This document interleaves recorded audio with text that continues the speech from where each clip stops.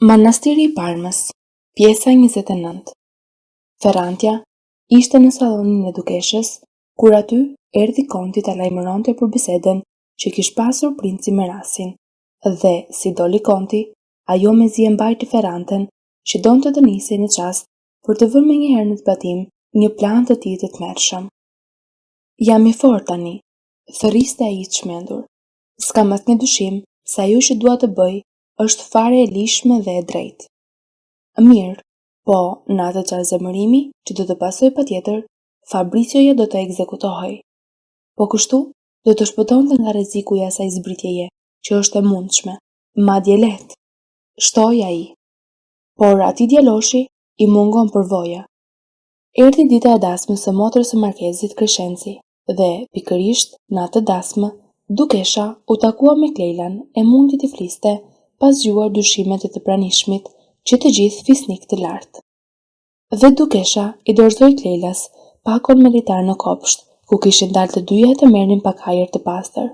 Këta litar, të punuar me kujdesin më të madh, gjysmë kërp e gjysmë mëndafsh, gjithë ishin shumë të hollë dhe mjaft të lakueshëm. Ludoviku ua kishte provuar fortësinë, ata mund të mbanin në çdo pjesë të tyre, edhe gjerë në 8 kuintal, pas një rrezik se mos këputeshin. E kishin gjeshur mirë në mënyrë që të sajonin shumë pako në formën e një vëllimi tabak letre i palosur më 4. Klejla i mori në dorëzim dhe i premtoi dukeshës se do të bënte çmos që t'i shpinte ato pako gjerë në kullën farneze. Po kam frikë se do t'ju mungoj guximi, me që jeni e druajtur për natyre. Pastaj, shtoi në mënyrë të njerëzishme dukesha. Çfarë interesi mund t'ju ngjall një panjohur? Zoti Del Dongo është një fatkeq, dhe unë ju zëtohem se do ta shpëtoj. Po dukesha, duke mos pasur shumë besim në zgjuarsinë dhe shkathësinë e një të reje, 20 vjeçare, kishte marrë masa të tjera, për të cilat nuk e vuri as pak në dieni të bijën e guvernatorit. Sikundur mund të merret fare lehtë me mend, në dasmën e motrës së markezit Crescenzi ndodhej edhe guvernatori.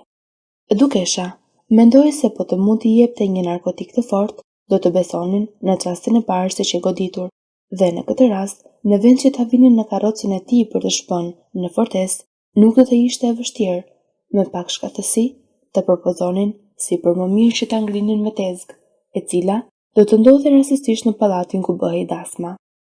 Aty do të ndodheshin gjithashtu njerëz të aftë të zgjuar, veshur me petkat e shërbëtorëve që shërbenin në dasmë, të cilët në rrëmuj e sipër do të afroheshin për ta çuar në sëmurin gjerë në pallatin e vet, ku ishin për të ngjitur gjithë ato shkallë. Këta njerëz të drejtuar nga Ludoviku mbanin me vete një sasi mjaft të madhe litarësh, të fshehur me mjeshtëri në petka. Dukej që dukesha s'ishte në vete fare, që kur kishte filluar të mendonte me gjithë mend për arratisjen e Fabricios.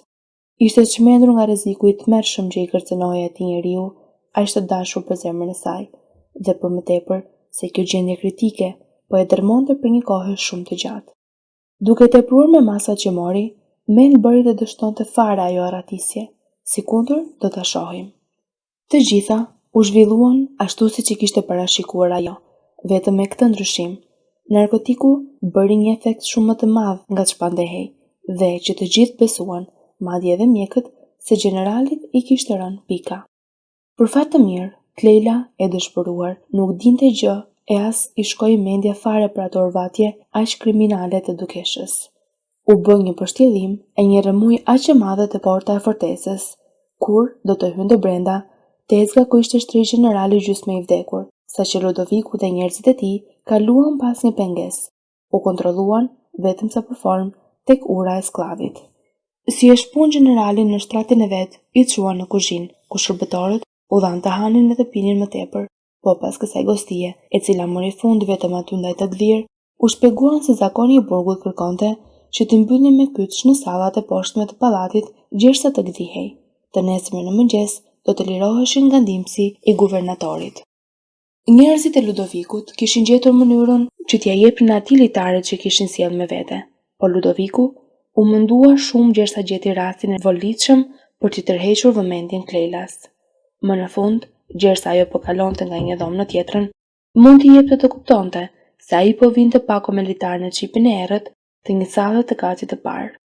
Kleila u habit nga kjo rrethanie e çuditshme. Në mendje shkuan ndyshime të tmerrshme. "Kush jeni ju?" I tha Ludovikut. Dhe në përgjigje në paqartë të këtij, ajo shtoi: "Duhet ju arrestoja. Ju dhe njerëzit tuaj e keni helmuar timat. Më thoni menjëherë, çfarë lloj helmi është ai që mjeku i fortesës të mund t'ja barërat e duhura? Tregomani menjëherë, por ndryshe s'keni për të dalë nga kjo fortesë, as ju, as njerëzit tuaj." "Më kot po shqetësoheni zonjush," ju përgjigj Ludoviku me shumë njerëzi e menjëherë të përsosur.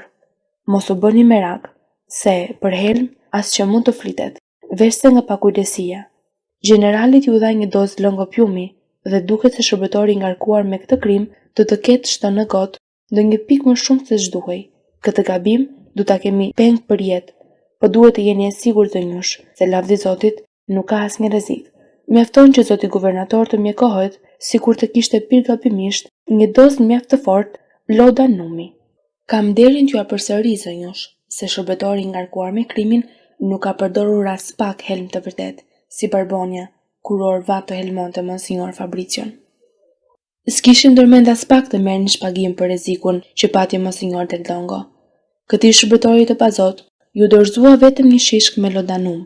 Për këtë mund t'ju betohem zonjush, po kuptohet vetë tiu që në rast se pyetem zyrtarisht do t'i mohoj të gjitha. Nga ana tjetër, po qese do të flisni me njeri, zonjush, qoftë edhe me Don Cezarin zemërbardh, për laudanume për helm, dijeni se e keni vrarë Fabricion me dorën tuaj. Do ta bëni të pamundur për gjithnjë çdo plan për arratisje nga burgu. Dhe ju zonjush, e dini më mirë se unë që Monsignor Del Dongon duan ta helmojnë, jo me laudanum. Ju e dini gjithashtu se dikush ka dhënë vetëm një muaj afat për këtë krim, e se ka më shumë se një javë që është marrë ky urdhër fatal. Prandaj, po më arrestuat ose dhe vetëm po i that në një fjalë Don Cezarit apo çdo njeriu tjetër, do t'i vononi të gjitha ndërmarrjet tona qysh prej më shumë se një muaj, dhe kam të drejtë të them se ju do ta vrisni me dorën tuaj Monsignor Fabricion." Kleila ishte tmerruar nga gjakthotësia e çuditshme e Ludovikut. Ja pra, mendoi, ku po hyn në bisedi me helmuesin e Timeti, i cili përdor fjalë plot mirësjellje e njerëzi, duke folur me mua, dhe në të gjitha këto krime më shtyu dashuria. Aq shumë e brinte ndërgjegja sa mezi mund të fliste. I tha Ludovikut: "Tani do t'ju mbyll me kyç në këtë sallon, po sulem t'i them mjekut se është fjala vetëm për një lëngopiumi. Po, zoti madh, në ç'mënyrë të them se si e mora vesh? Pastaj, po vi sa kaq t'u liroj." "Po, Fabricioja?" e pyeti Kleila, duke u kthyer menjëherë prapa, pasi kishte arritur te dera për të dalë. "A dinte gjë për këtë laudanum?" "Në asnjë mënyrë zonjush. Ai s'do ta kishte lejuar kurrë një gjë të tillë. E pastaj, përse të bënim një rrëfim të kotë? Ne veprojmë me kujdesin më të madh. Puna është të shpëtojmë jetën Monsignorit që kanë për ta helmuar brenda 3 javësh. Urdhri është dhënë nga dikush, vullneti i të cilit zakonisht nuk gjen asnjë pengesë. Dhe që të mos lë gjë pa ju thënë zonjush, dijeni që ky urdhër duket se i është dhënë të tmerrshmit rasi." Kleila krisi e iku e tmerruar. Kishte aq besim në ndershmërinë e Don Cezarit, se që me një farë mënyre të kujdesshme e të matur, guxoi t'i thoshte se generalit i kishin dhënë vetëm laudanum e jo gjë tjetër. Pa ju përgjigjur, pa e pyetur si e qysh, Don Cezari u sul te mjeku. Kleila u kthye në sallon, ku kishte mbyllur Ludovikun me qëllim që ta pyeste gjëre gjatë për punën e laudanumit, po nuk e gjeti aty. Ai kishte mundur të ikte. Ajo pa mbi një tryez një qese të mbushur plot me zekina dhe një kuti të vogël me gjithfarë helmesh. U rrëqethe tëra kur i pa ato helme. "Kush më siguron?" mendoi ajo, se Timeti i është dhënë vetëm laudanum e se dukesha s'ka dashur të marrë shpagim për orvatjen e Barbonës? "O Zoti i madh," thiri pastaj, "edhe unë kam lidhje me helmuesit e Timeti, edhe e lash të ikte atë, mbase ky njeri, po ta kishim shtrënguar, do të kishte rrëfyer në një gjë tjetër në vend të laudanumit." Ra më gjunjë duke qarë, dhe ju lute ju falë shënmërisë me zjarr. Ndërkaq, mjeku i fortesës, i çuditur pa mas nga ato që i tha Don Cezari, sipas të cilit nuk ishte nevoja për gjë tjetër vese për të luftuar efektin e laudanumit dhe barërat e përshtatshme, që nuk vonuan të zhduknin simptomat më alarmuese.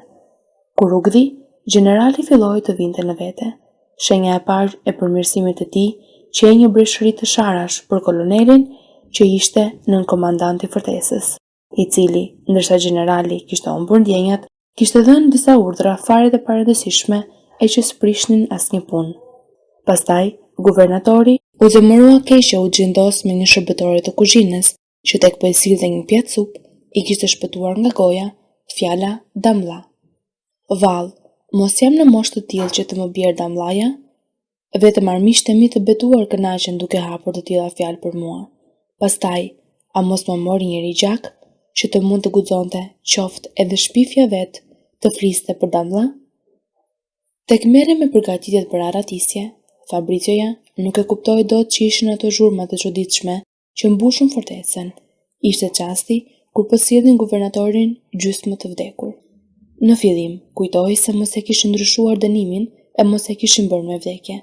Po mandej, tek e pa se s'po i hynte njeri në dhomë, mendoi se Klejlan do ta kishin tradhtuar, se do ta kishin marrë litare që sigurisht do t'i kishte sjell me vete. Kur që kthyer në fortesë, dhe se planet e tij për arratisje do të ishin të pamundura pas këtaj.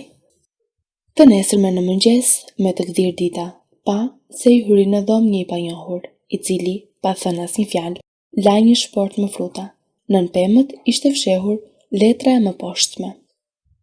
Duke ndier të më vras thellësisht ndërgjegja për sa kanë ngjarë, jo me pëlqimin tim, lavdi Zotit, po si rrjedhimi një ideje që kam pasur unë, i premtova vigjuresës së shenjtë se, po të shpëtoj Atimat, pa ndërhyrjes së saj të shenjtë, do të bindem gjithnjë këtë jetutje porosive të tij, pa ja bërë kurrë fjalën dy. Do të martohem me markezin sa po të më thot Imat dhe nuk do t'ju shoh më. Megjithatë, më duket se e kam për detyrë ta përfundoj çka është filluar. Të dielën e ardhshme, kur të ktheheni nga mesha, ku do t'ju çojnë me kërkesën time, mendoni që të përgatisni shpirtin tuaj, se mund të vriteni në këtë ndërmarrje të vështirë. Them, kur të ktheheni nga mesha, përpiquni që të hyni sa më vonë në qelin tuaj. Do të gjeni aty të gjitha që duhen për ndërmarrjen e paramenduar. Po ta lini tjetën, do të më coptohej zemra. A do të më akuzonit se kam kontribuar në vdekjen tuaj? Po, a nuk më ka përsëritur vetë dukesha disa herë me radhë që partia Raversi po e fiton davan? Duan ta kompromentojnë princin me një mizori që ta shkëpus për gjithmonë nga konti Moska. Dukesha, duke u shkrehur në lot, mu betua se s'mbetet tjetër rudh përveç kësaj. Po nuk e bët këtë orvatje, ka marrë fund puna juaj. Unë nuk mund t'ju shoh më, këtë ja kam premtuar vigjereshës, po në qoftë se të dielën ndaj të ngrysur, do të më shihni veshur kretën të zeza në dritaren e zakonshme, ta dini se kjo është shenja që atë natë çdo gjë do të jetë rregulluar, me aq sa më lejojnë mundësitë e mia të pakta. Pas orës 11, mbase më 12 ose në orën 1, do të shihni një llamp të vogël në dritaren time. Ky do të jetë çasti vendimtar. Lutjuni shenjtorit tuaj mbrojtës që t'ju ndihmoj. Merreni me të shpejt petkat e priftit që ju kemi sjell dhe ikni. Lam të mirë, Fabrizio.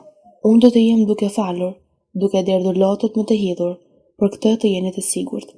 Ndërsa ju do të kaloni në përrezikje aq të mëdha. Po të vriteni, unë do të vdes me siguri me një herë pas jush. O Zot, ç'po them kështu? Por, po shpëtuat mirë e bukur? S'kam për t'ju parë më. Të dielën pas meshës, do të gjeni në qelin tuaj parat, helmet, litare të dërguar nga jo grua e tmerrshme që ju do me pasion të zjarrt dhe që ma përsëriti plot 3 herë se ishte domosdoshme të vendosnin për këtë zgjidhje, gjersa nuk mbetej asnjë udhë tjetër. Zoti dhe Virgjëresha ju shpëtofshin. Fabio Conti ishte një lojtar burgu gjithnjë i shqetësuar, gjithnjë me frikë e plot dyshime, që shihte për herë në ëndër, si kur i ikte nga burgu ndonjën nga të burgosurit. U rehej nga të gjithë që jetonin në fortesë, po mjerimi i përul njerëzit, të burgosurit e varfër, vetë ata që ishin lidhur me pranga në biruca 3 këmbë të larta, 3 këmbë të gjera e 8 të gjata, ku stroje dot jo më këmbë, po as ulur.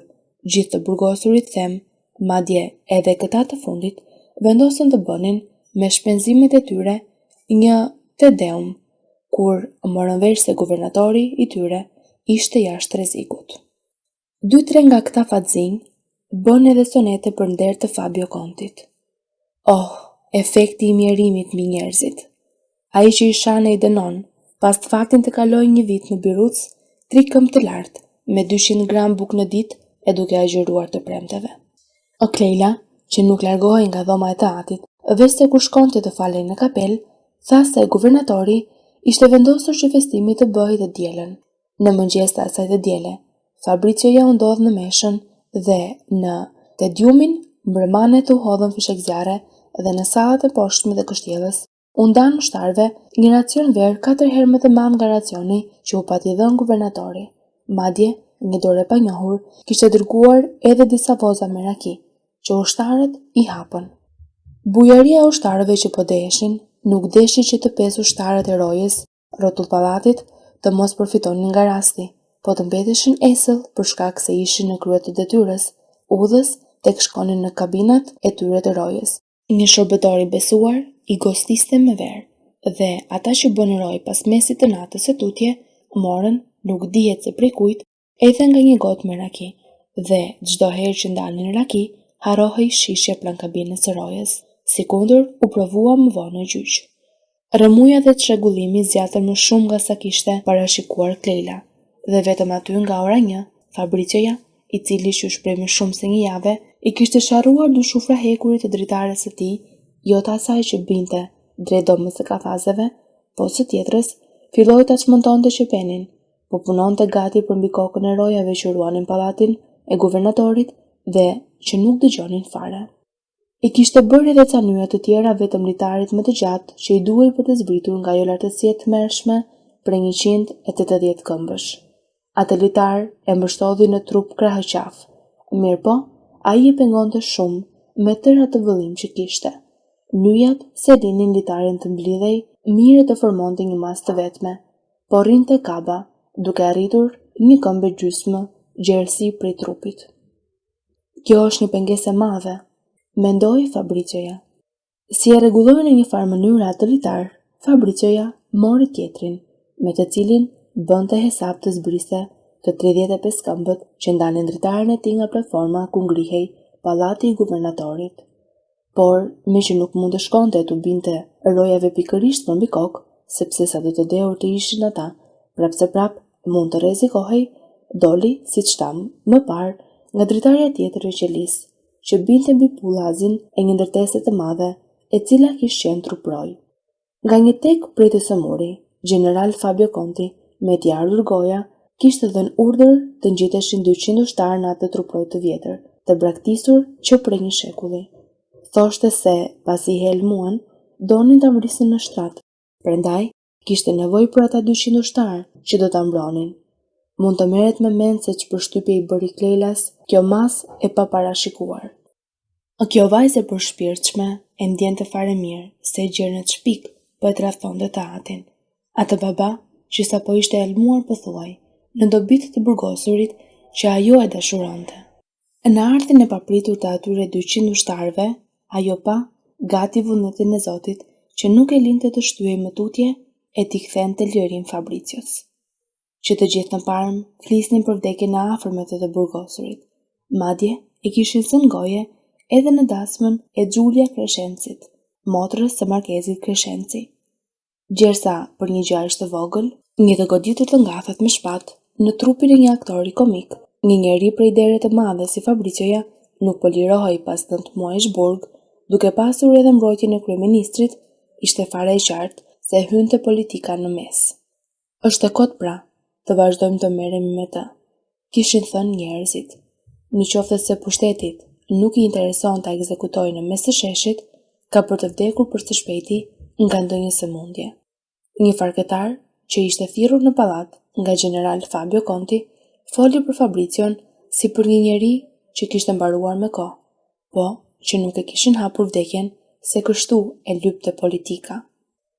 Fjalët e atij njeriu e nxitën Klejlan të vendoste për të vepruar. Kreu 22. Gjatë ditës, Fabricion e pushtuan mendimet të zymta e të pakëndshme, po tek dëgjonte sa hatin që binte, e sa më shumë që kalonin orët, të cilat e afronin çastin e veprimit, ai e ndjente veten më të gëzuar e më në qef. Dukesha i kishte shkruar se ajri i freskët mund të trulloste e se me të dal nga burgu, do të mund të lëvizte. Në një rast të tillë, do të ishte më mirë ta linte veten ta kapnin, se sa të vërvitej nga lartësia e një muri për 180 këmbësh. Po më gjeti kjo e keqe? Mendoi Fabrizioja, do të shtrihem pranë bedenit, të flente një orë e pastaj e filloi sërish. Me që jam betuar Kleilas, më mirë të bie nga maja e murit, sa do i lartë qoftë, se sa të rrihet të ke mendjen gjithnjë shije ka buka që ha. Kush e ditë që dhimbje të tmerrshme duhet të ndjej njeriu para se të jap shpirt kur vdesi i helmuar. Dhe Fabio Kontit nuk do të druhet hiç tani, do të më helmoj me arsenik që e përdor për të shfarosur minjtë e fortesës.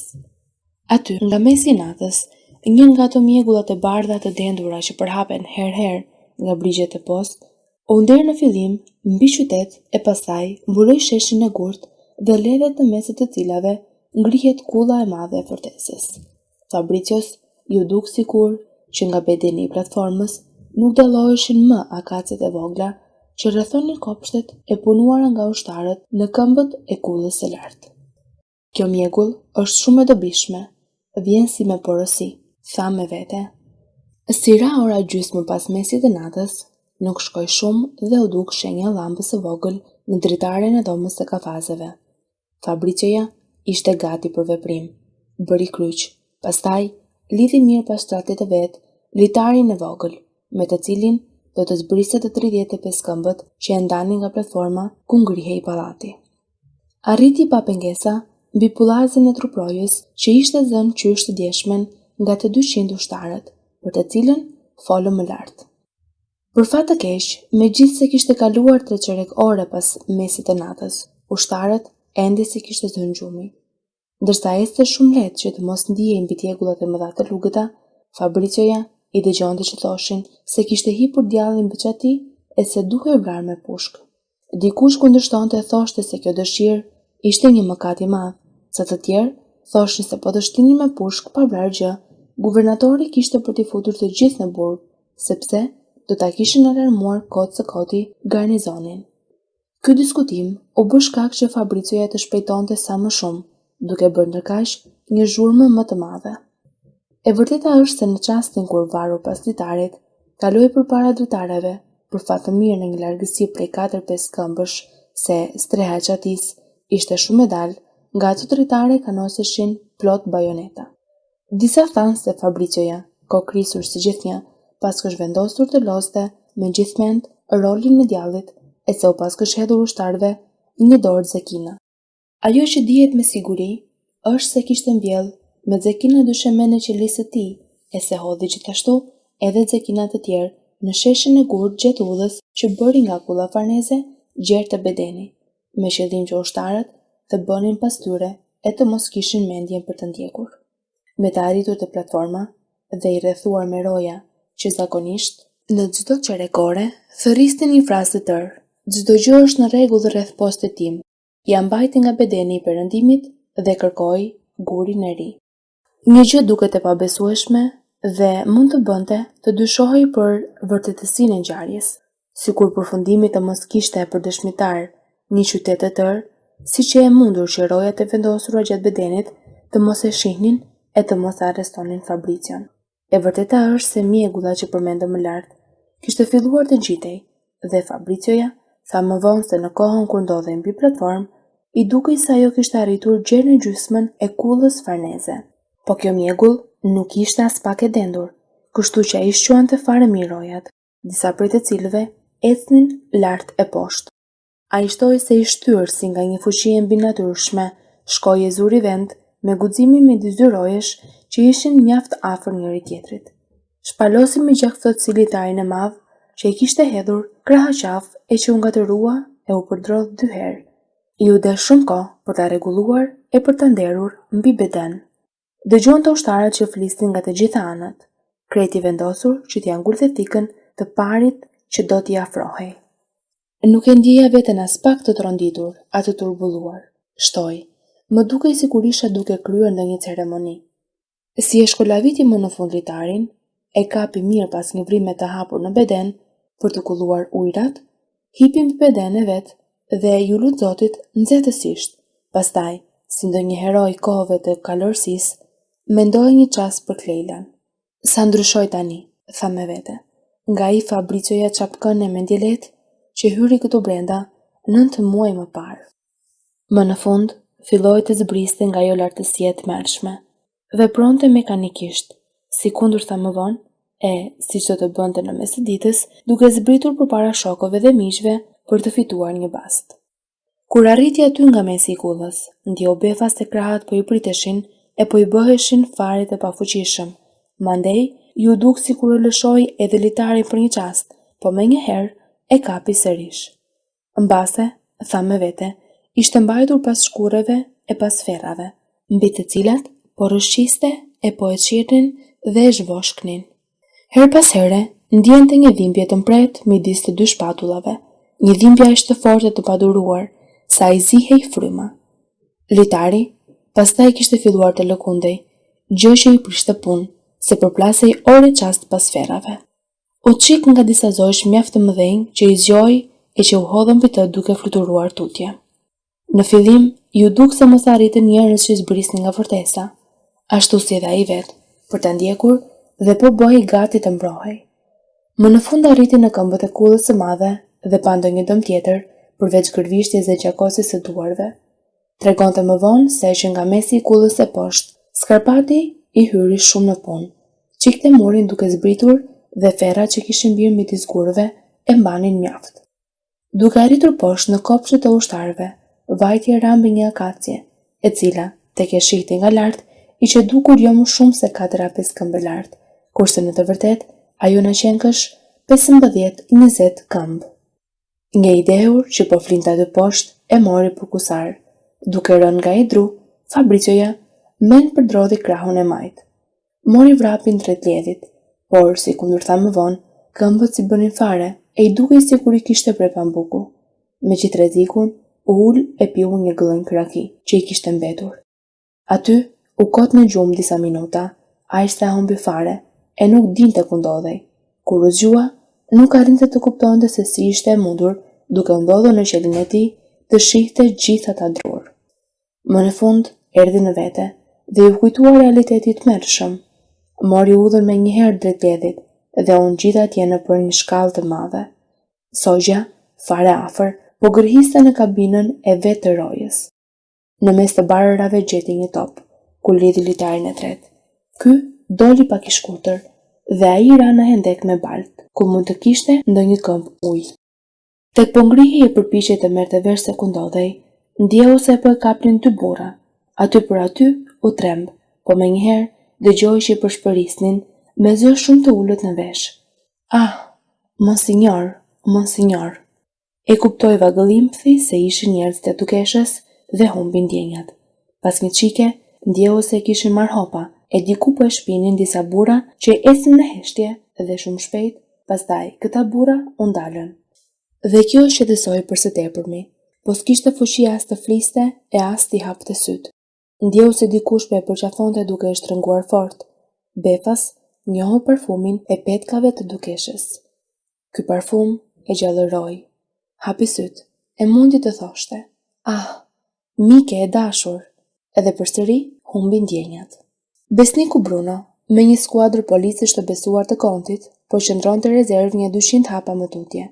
Vet konti ishte fshehur në një shtëpi të vogël, fare pranë vendit ku po priste dukesha. Po të qenë nevoja, ai nuk të nguronte ta zhvishte shpatën e të sulej bashkë me disa oficerë pensionist, miq të ngushtë, e quante për detyrë të shpëtonte jetën Fabricios, që i dukej në rrezik të madh dhe i cili dikur do ta kishte marrë falen të firmuar nga princi, sikur ai, Moska, të mos ishte treguar aq i marr, duke dashur të shpëtonte sovranin e tij nga një budallallëk. Qysh nga mesi i natës, dukesha, e rrethuar me njerëz armatosur gjerë në dhëmb, vërtitej në një heshtje të thellë, përpara ledheve të fortesës. Srinte dot në një vend, mendonte se duhej luftuar për t'u shkëputur Fabricion, ndjekësve të tij. Ajo grua, me fantazi të zjarrt, kishte marrë 1000 masa e do të shkonte shumë gjatë, i tregonin një për një, por me një pakujdesi të pabesuar. U llogarit se atë natë ishin ngritur më këmbë më shumë se 80 njerëz të armatosur, duke pritur që të luftonin për diçka të jashtëzakonshme. Për fat të mirë, në kryet e të gjithëve ishin Ferrantja me Ludovikun dhe ministri i policisë nuk ishte kundër. Vet Konti vuri re se dukeshën nuk e tradhtoi asnjëri dhe që ai s'mori vesh asgjë si ministër. Kur e pa Fabricion, dukesha e humbi mendjen fare. E shtrëngonte duke u dridhur në krahët e saj, po u bë pikë vlerë tek e pa veten të zhyer në gjak. Ishte gjaku i duarve të rjepura të Fabricios, ndërsa ajo kujtoi se ai do të qeplagosur rënd.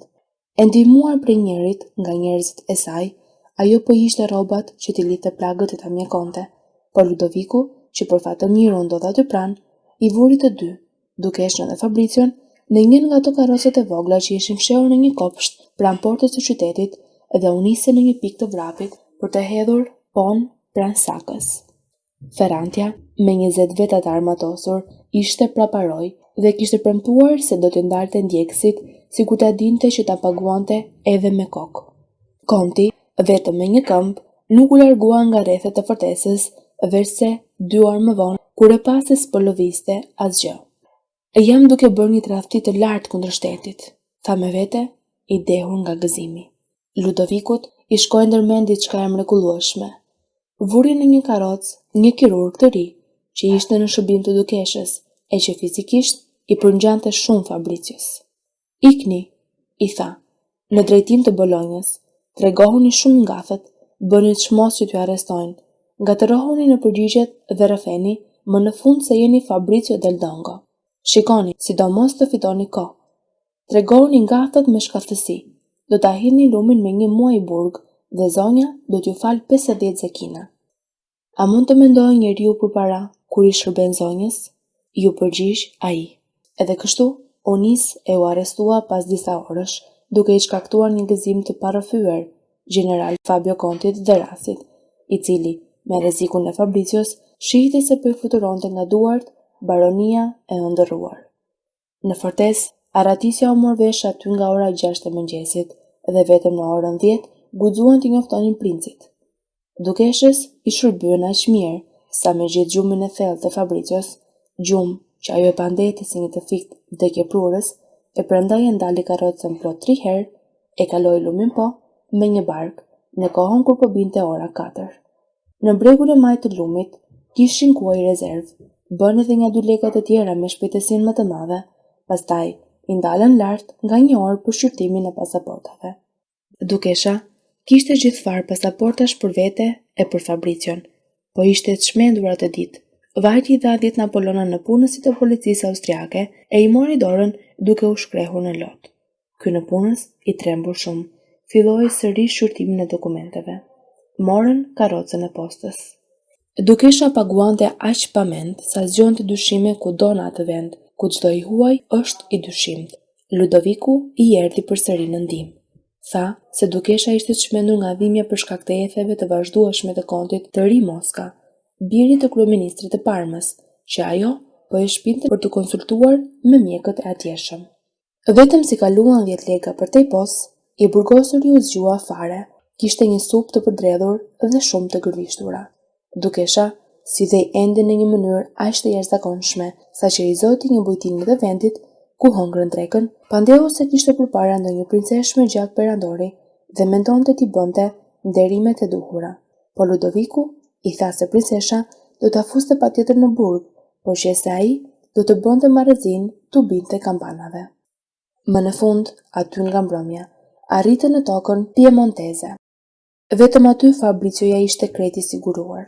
E shpu në një fshat larg udhës së madhe, i mjekuan duart, pastaj ra e fjeti edhe disa orë. Pikërisht në atë fshat, Dukesha bëri një punë jo vetëm të tmerrshme nga ana morale, po edhe shumë të dëmshme për qetësinë e saj, sa të qej gjallë.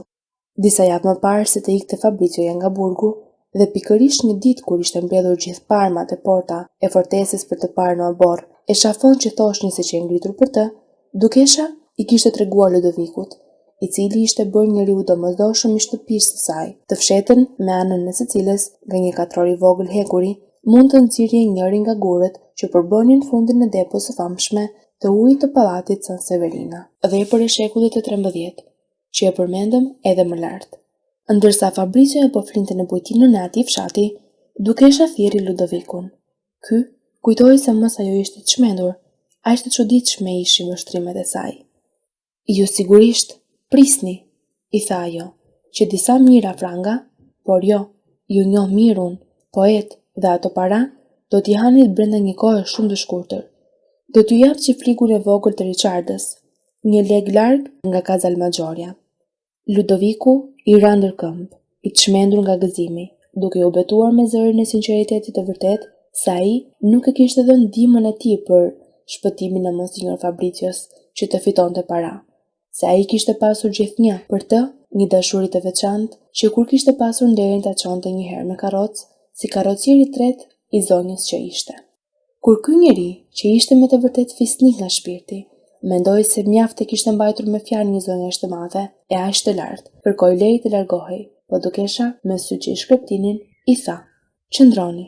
Ajo po ecste poshtë e lartë, pa thënë asnjë fjalë, në atë dhombytine, duke vështruar her pas here Ludovikun me sy që të kallnin të merrin. Më në fund, Ludoviku, duke parë se kjo shëtitje s'kishte të mbaruar, e pa të udhës t'i drejtonte fjalën së zonjës. "Zonjë, ju më bët një dhuratë kaq të madhe, kaq jashtë masës, një dhuratë për mbi të gjitha ato që mund të shpresonte atë përfytyronte një njeri i varfër si unë, një dhuratë aq më të lartë sidomos në krahasim me shërbimet e dobta që kam pasur nderin t'ju bëj, saqë nuk ma lejon ndërgjegja ta mbaj çiflikun tuaj të Richardës. Kam nderin t'ju a kthej këtë çiflik, zonjë, dhe t'ju lutem të më lidhni një pension prej 400 frangash në vit gjersa të rroj." "Sa herë në jetën tuaj," tha ajo, me kryelartësinë më të zymt, "sa herë keni dëgjuar të thonë se unë e kam ndryshuar më vonë një fjalë që e kam thënë?" Si tha kështu, dukesha vazhdoi të ecte poshtë e lartë në përdom edhe për disa minuta. Pastaj, duke u ndalur për një herësh, thirri: "Fabricioja?" Shpëtoi rastësisht e nga që diti t'i pëlqente asaj vajzës. Po të mos i kishte hyrë në sy asaj, do të vdiste. "A mund ta mohoni këtë?" tha ajo, duke ju afruar Ludovikut me ata sy ku shpërthente tërbimi më i ngrysur e më i vrerosur. Ludoviku u sprapës disa qape dhe pandehu të marrë, gjë që e shqetësoi mjaft për zotërimin e çiflikut të tij të Richardës. "E pra," filloi prap dukesha me tonin më të ëmbël e më gazmor, duke ndryshuar krejt nga toni më parshëm. "Dua që banorët e mi të mirë të Sakës të kenë një ditë gëzimi të çmendur, që ta mbajnë mend për shumë kohë. Tani do të shkoni në Sak. Keni ndonjë fjalë për të thënë? Si thoni, mos ndofta mund t'ju kanoset në një rrezik?" "Oh, po thuaj se asnjë rrezik, zonjë. Asnjë nga banorët e Sakës nuk do të thotë kur se unë bëja pjesë në suitën e Monsinjor Fabricios. Nga ana tjetër, në mund të marr guximin t'ju them, zonjë, diqem nga dëshira që ta shoh çiflikun tim të Richardës. Më duket si çudi që jam pronar. Më pëlqen ky gazi yt. Ai fermeri i Richardës më ka borxh, më duket, 3-4 vjet që ra të çiflikut. Gjysmën po ja fal, gjysmën tjetër ta lë ty, po me këtë kusht: do të shkosh në Sak, do të thuash se pas nesër është festa e njërës prej shenjtorëve të mia mbrojtëse që unë i falem, dhe mbrëmjen e arritjes sate aty do ta ndriçosh kështjellën time në mënyrën më të shkëlqyer, mos sikurse as parat, as mundimet. Mendo se është fjala për lumturinë më të madhe të jetës sime. Ka kohë që e kam përgatitur këtë ndriçim. Prej më shumë se 3 muajsh kam mbledhur në qilaret e kështjellës gjithçka mund të shërbejë për këtë festë fisnike. I kam dhënë kopshtarit të ruaj me një anë gjithë materialin për fshekëzjarret madhështor. Ti shkrehesh në tarac që bie nga poja. Në qilar ka 89 bute të mëdha me verë. Do të përgatitësh 89 çezme me verë në park, por qëse të nesërme do të ketë mbetur papir, qoftë edhe vetëm një shishe me verë, do të them se ti nuk e dashke Fabricion. Kur të gjitha të jenë në rregull, me çezmat e ferës, me drejtimin e me fshekëzjarret, ti do të kërcasësh e të ikësh, sepse nuk përjashtohet, dhe unë e kam këtë shpresë që në parë të gjitha këto marifete të bukura do të duken si një paturpsi e bërë për të dhënë çik. Jo vetëm që nuk përjashtohet, po është e sigurt. Sikundër është e sigurt gjithashtu se prokurori Rasi, që ka firmosur dënimin e monsinjorit, do të përcas nga inati. E madje, shtoi me duart e Ludoviku, Si kur zonja të donte t'i bënte shërbëtorit e saj të varfër një të mirë më të madhe, nga ajo që t'i jepte gjysmën e të përpambeturave të Richardes, do të më lejonte t'i lodhja një re nga t'i rasit. Ti je i mrekullueshëm, thiri Dukesha me entuziazëm. Po në asnjë mënyrë nuk të lejoj t'i bërgjë rasit. Kam dërmen që ta varë në mes të sheshit, në sy të të gjithëve, më vonë, dhe ti, shiko ruhu që të mos të arrestoj në sak, çdo gjë do të shkonte dëm, po të humbisja. Mua të më arrestojnë, zonjë? Kur t'u kem thënë se festoj një shenjtore mbrojtëse që i falet zonja, sikur policia të dërgonte 30 xhandar për të prishur punë sa të pak, të jeni e sigurt që përpara se të arrinin te kryqi i kuq në mes të fshatit, asnjëri prej tyre nuk do të ishte më kaluar. Nuk u haqeni shkop në atyret e sakës, janë që të gjithë trima e të vendosur, kontrabandistë të regjur e që ju adhurojnë ju, zonjë. Më në fund, filloi prap Dukesha, si fare pa të keq. Në qoftë se u jap ver banorëve të mi, trimat e sakës, dua që të mbyt me ujë ata të Parmës. Pa atë mbrëmje, që do ta ndriçosh kështjellën time, merr kalin më të mirë në hauret e mia, sulur në pallatin tim të Parmës dhe hap depon. Mrekulli, çmendimi shkëlqyer, zonjë, thiri Ludoviku, duke qeshur si i marr. Ver trimave të sakës, ujë borgjezëve të Parmës, të cilët ishin aq të sigurt, faqezinjt, se Monsignor Fabrizioja do të helmoj ashtu si u helmua ai shkreti, L. Gëzimi i Ludovikut s'kishte të përmbajtur. Dukesha vështronte e kënaqur tek qeshte ai si i marr, duke përsëritur vazhdimisht: ver banorëve të sakës, ujë atyre të Parmës.